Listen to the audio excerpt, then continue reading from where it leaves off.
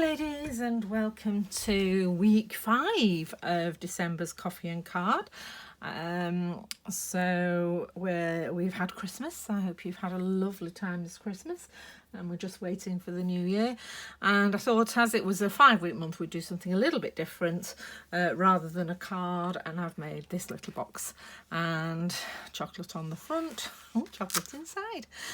Okay, so it fits a standard bar of chocolate there, and it's fastened using a Velcro dot just there. Okay, so we're going to be doing some box making without the aid of a net. It's always quite worrying when I sit here with a piece of A4 card and a video running, but let's see how we go. So it's based on this box that I made at my friend Julie Wade's craft retreat. She works under the banner Create Handmade Happiness, and she holds 1 or 2 retreats every year, and they are fabulous. We get to make loads of lovely projects. You get loads of lovely gifts, and this is one of the projects we made. And she got the measurements from In the Pink, designs by Catherine, and that's Caathryn. I'm sure if you Google her, you'll be able to get the original. But thank you, Catherine, for sharing those.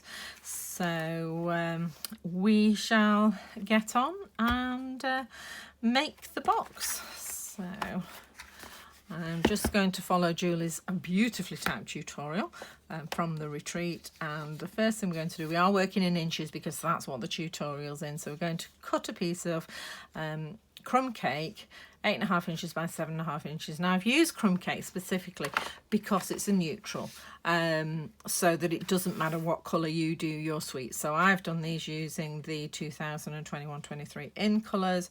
So we've got polished pink, she says, yes. Pale papaya, fresh freesia, and soft succulent are those.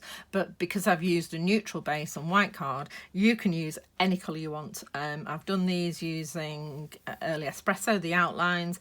Again, you can use black if you don't have early espresso, or a dark brown would do. So you can pick whatever colour you want, because I've stuck with neutrals with what I've provided you with. So, right, so 8.5 by 7.5. So we'll get out the trusty trimmer. So,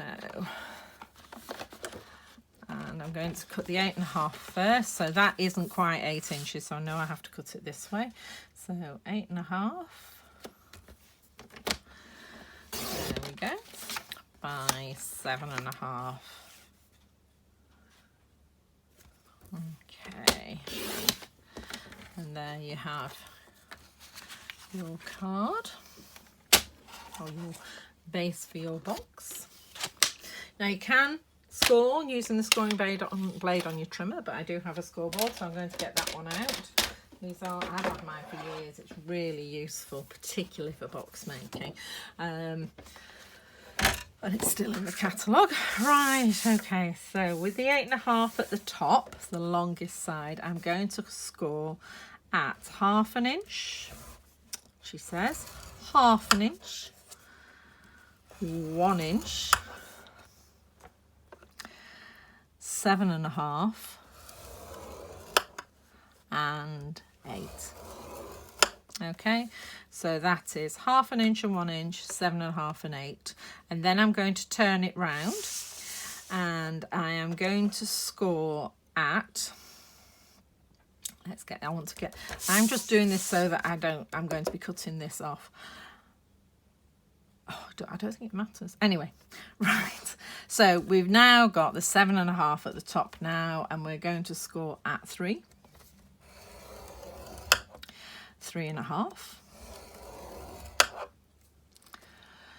And then 6.5. And 7. So that is 3, 3.5, 6.5, and 7. So you end up with your card looking like this. So I'll pop this away. Okay.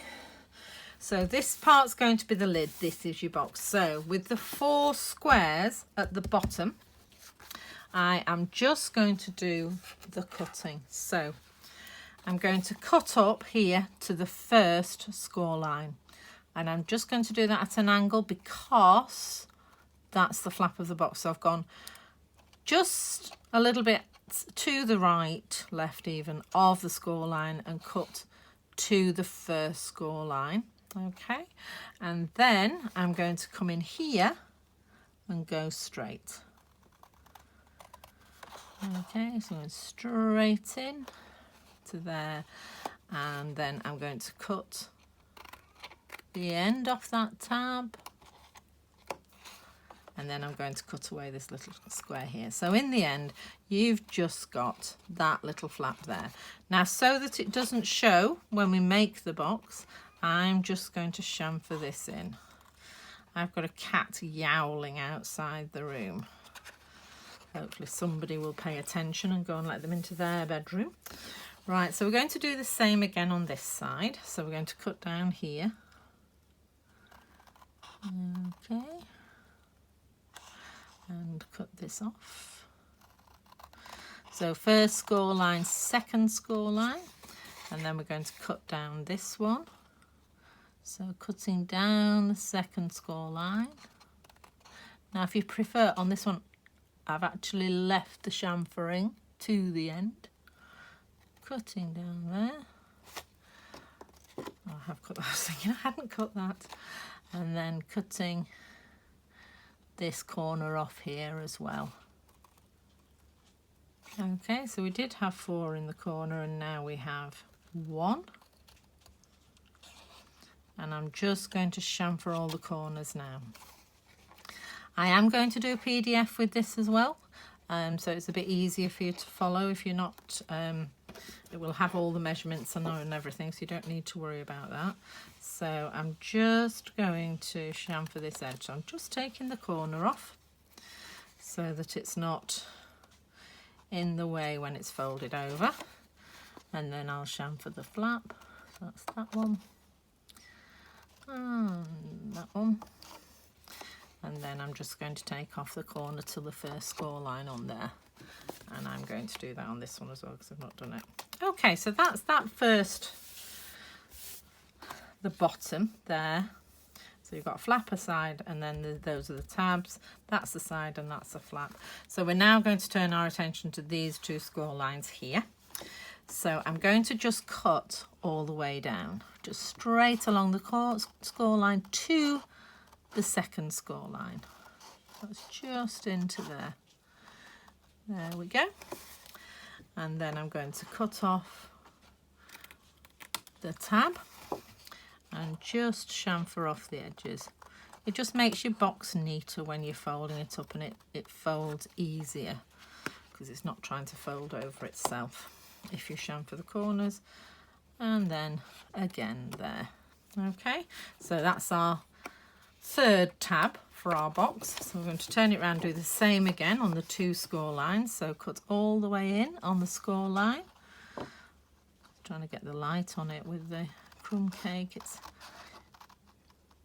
So you're cutting along the score line, right the way down to the second score line, and then cut off the tab on the first score line, and then triangle in your chamfers so it's easier to stick together. There we go. And then I'm just going to chamfer off that tab as well. So that's that done. So you've got, this is now the base of your box, and you've got your lid, but we just need to get rid of these 2 sides here. So I'm probably going to use a bigger pair of scissors to do this with, just to get the straight edge. So again, we're cutting along. If you want to, you can do this on your trimmer. You just need to line it up.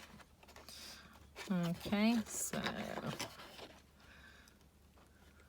that's the first one. So the scoring error is on there, so we're fine. Right. And then again, taking both score lines off this side. So just cutting along that score line. Sometimes it's oh, that was all right, crooked cuts. Let me do that again. Sometimes it is easier just to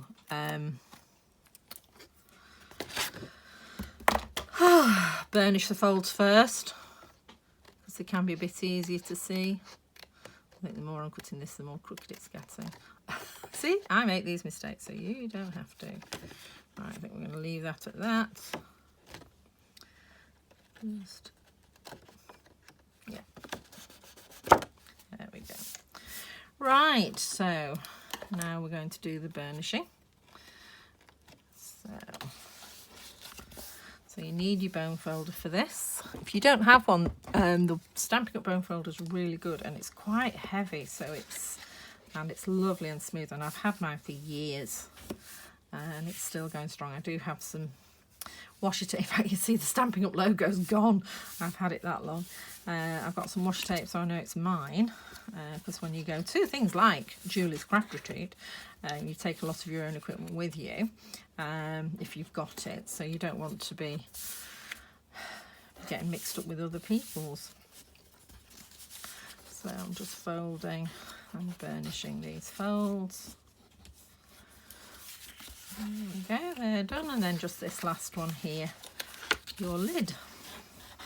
Okay, so now I prefer to decorate boxes while they're still flat. It's just easier than trying to do it when it's made up. But basically, those two are going there, that's going there, that's going in here.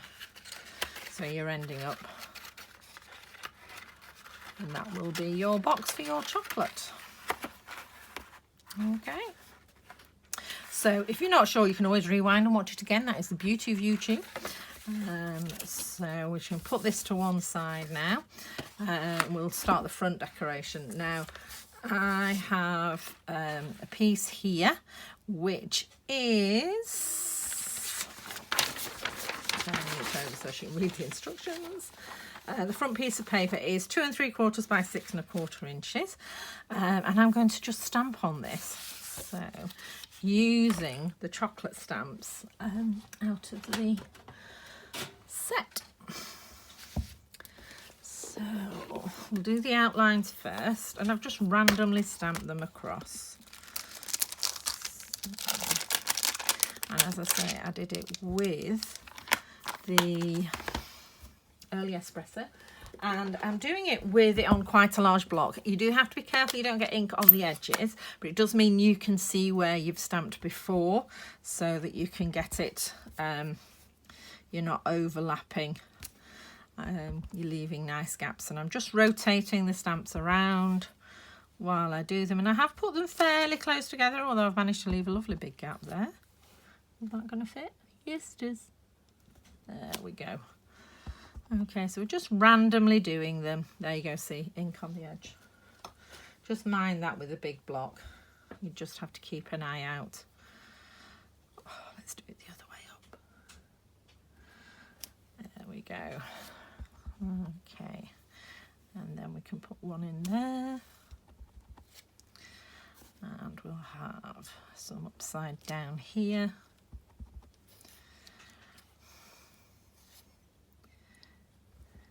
Just fitting in there, and I'm just slowly working up the piece of paper. And don't forget, if you're not happy with it, there's another side, the emergency blank side of card, that you can use if you need to. Okay, so pop that one coming in there, and that one there. And as I say, I'm just building up as I go up the card. Just keep rotating. I think I've even left less space on this one than I did on the other one. See, didn't check the corner of the block. So I'm going to have to make sure. Ah, is it, or is it? You know, it is ink, so I'll have to make sure I cover that up. Okay, so I'll pop that there. And then we'll come in about there. There you go, got it. Very forgiving, these stamp sets are. I'll put that there. And then I think I'll just put that filling in that gap there, and I think we're done. That's fabulous. It's just a mass of chocolates. I'll pop away the early espresso, and now I'm going to get out the filler colours.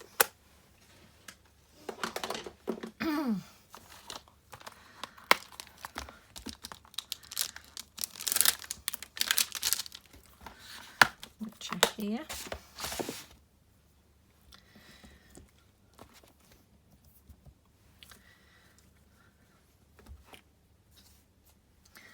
And I'm going to start with the fresh freesia.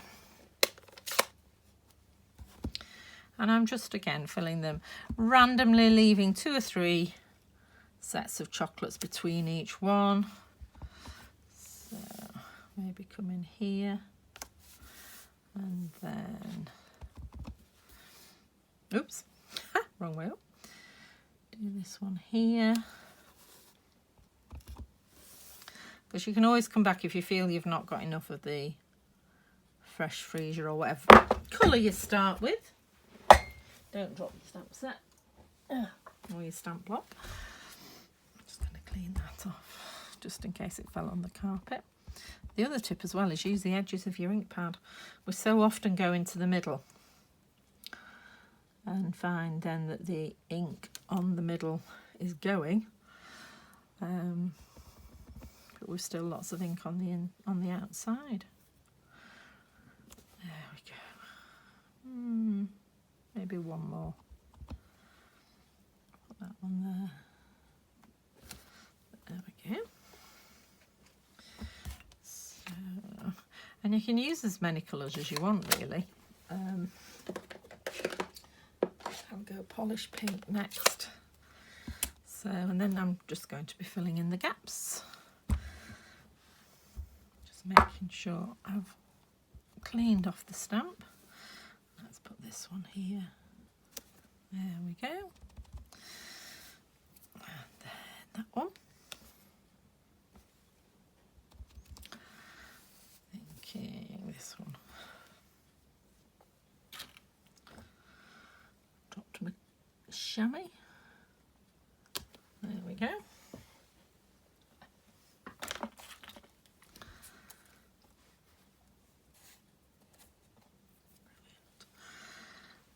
Some more pink, I think, just on that side there. Just there. Yeah, I think that will do for now. I'll clean that off and get the soft succulent next.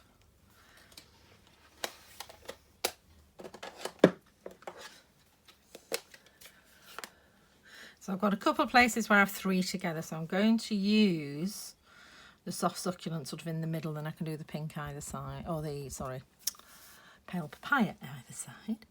So we'll do one there. So I'll do pale papaya, probably soft succulent here. See, there is a plan, even though it's actually random, or allegedly random. And then we'll do this soft succulent here. And then I'll fill the rest in using the pale papaya. Do make sure you clean your stamps off because you don't want to have your inks mixing.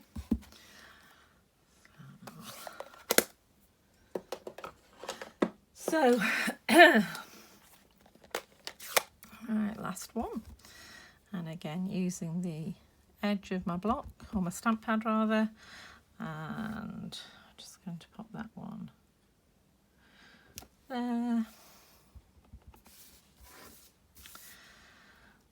That one just there. Pale papaya here. I think that's the nice thing about the in colours. They all tone with each other. The only reason I haven't used Evening Evergreen is I'm not sure that the Early Espresso would show through.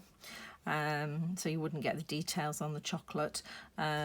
So that's why I've used the paler of these. But Evening Evergreen, which is the 5th of the in colours, also goes really well with the other 4. So they're always well worth getting because you can buy them 5 at a time and you get 10% off when you buy all 5 at once. And it's a little less daunting than buying all 10 of one of the colour groups. So there we go. So I'm really pleased with that. So that's my front of my box. So I've included in your kit, so I've got a stitch rectangle that actually comes out of the Ornate Frames die set, and I've also cut you a chocolate. so that you know what's inside, ha ha. So, and this is actually, I've used the adhesive sheets from Stampin' Up. So when, I've still got some stuck there. So when you come to stick this down, you just peel the backing off and you can stick it down. So they're on page 167 of your catalogue, and they're just really handy because you stick it to the back of your card, die cut your piece, and then you've got a sticker, and you're not messing with glue on your tiny pieces. Right, so I'm now going to use my silicone sheet because I want to put this rectangle across the middle of my chocolates, hiding my blooming, no, I'll put it further down. No, it's just going to have to hide the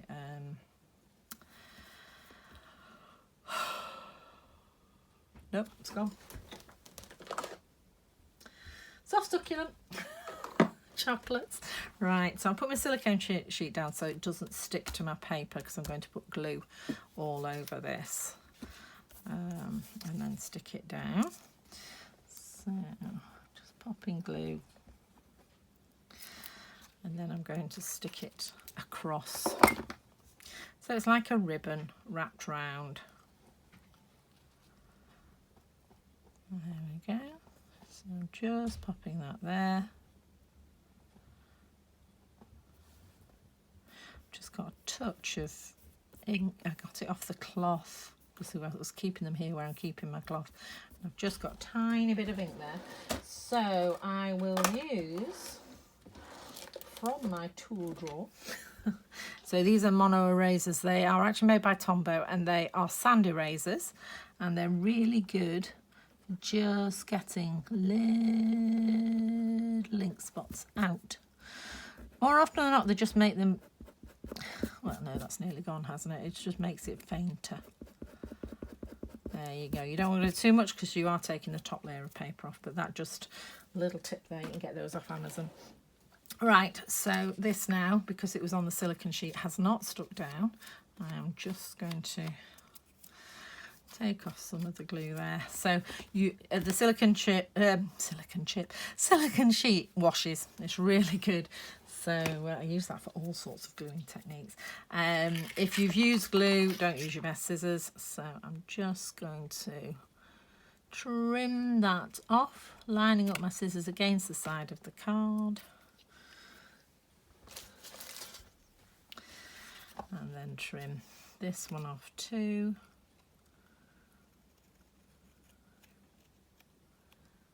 There you go. So you've got the front of your chocolate. I think I'm going to do it that way around because of the way most of the chocolates, I think that's the way I did it. So most of the chocolates are the right way up that way. Right, and then we are just going to stick the word chocolate on. You can obviously, if you've got the dies and decide you want to make a load more of these boxes and you haven't got the sticky sheets, you can just use glue on the back. But look how easy that is. So, and with anything, I mean with tape anyway, any sort of tape like this, it is permanent once it's pressed down. So let it relax. Position it roughly where you want it, or position it where you want it. So I'm happy with that, and then stick it down. So this one, I think it seemed to want to curve a bit more, whereas this one's much straighter. And I think, no, that's part of the die. Okay, so there we go. So we've got our decoration for the front. So I'm going to pop some glue on there. So, and I want it opening like a book. Okay, so this is the front, so I'm going to pop it onto here. So I'm going to stick some glue on and then build the box, and then we'll put the fastener on to finish it off. In the original box we used ribbon, but I thought it would detract from the pattern at the front. I thought I was going to have to put it all the way. I'd have to put it right underneath the stamping, and that would leave you very little space to be doing tying ribbons and things, so I thought it'd be better to go with the the good old Velcro dots. So I'm just positioning this, centering it top and bottom, side to side. There we go, and then we're just going to make the box. So what we need to do is put glue on the little oblong flaps that we made. Okay, so a little bit of glue on there, and then we're just folding it up and making that corner so these two edges line up. Wipe away any splodges, and I'm just going to work my way around. So glue on the inside. There we go. Line it up so the corners flush. That's set.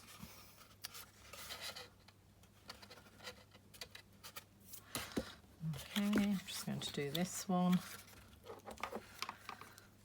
So I'm just using the actual tip of the glue to flatten the flap there. That's just going to come up to the corner there, so you can just see I'm just gluing that together on the corner, wiping away any excess, lining the corner up. And then the last one, probably the most fiddliest, because you've got to try and get, that has moved. There we go. And then, so we need to get glue on this little flap here. So, which is, ooh, without the pencil. I'm trying to do it so you can still see. So just putting glue on the outside of that flap and then gluing together and making that corner. So that's all 4 corners done. Oh, it's still a bit flappy. There we go. Okay. And then you're done. That's your box. So I'm just going to pop, not quite, we just need to do the fastener. So I'll pop the chocolate out of this one and pop it in here. So in your kit you will have a Velcro dot, which is very small. Okay. So we're just folding this down and there's your box closed. Okay, so Velcro dots, I know I got them out. There we are. So they come in strips like this. Well, they come separate actually. They come in 2 sheets and you stick them together. And then I'm just going to use my scissors to cut off one. So have a hunt around if you don't find your Velcro dot to start with, because it will be in there somewhere. Okay. So, and if you look at them as you saw before when I opened them, one of them's quite clear and one of them's white. That's not opening the Velcro dot. So that's the clear one. So I put the white one on here, this side, and the clear one will go on there. So what you need to do is take, I've forgotten which is which now, yeah, take the backing off the white and just put that in the middle on the edge of your box, and then take the backing off the other side. Okay, and then I'm just going to pop my bone folder in as well so that this is flat, because the chocolate's very slightly narrower, shallower than the box. So I'm sticking that down and then gently, either using your scissors or something sharp, just to separate them. There we go. So that you, she says, okay, there we go. Okay, so you've got your Velcro dots stuck in place there, so one there and one there, and then you can take your bone folder out, you don't have to give them your bone folder too, and then stick it down. There we go. And I think that makes a lovely little New Year's gift, don't you, that you can give to anybody. Maybe take it round if you're going anywhere for New Year's Eve, if we're allowed. Currently, as of the 22nd of December, which is when I'm recording this, we are allowed to go to other people's houses. Remains to be seen whether we still will. Right, so that's today's project. As I say, if you pop along to my blog, there will be a PDF with all the measurements on. If you struggle following the video, and then just remains to talk about next month's coffee and card. So we're already preparing for January, and this is the first project we're going to make. We're going to make it over 2 weeks. I think it'd be a bit a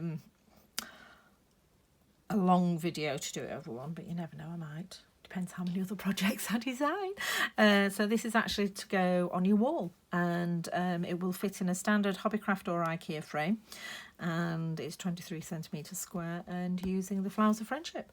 So let me know if you want to join that one.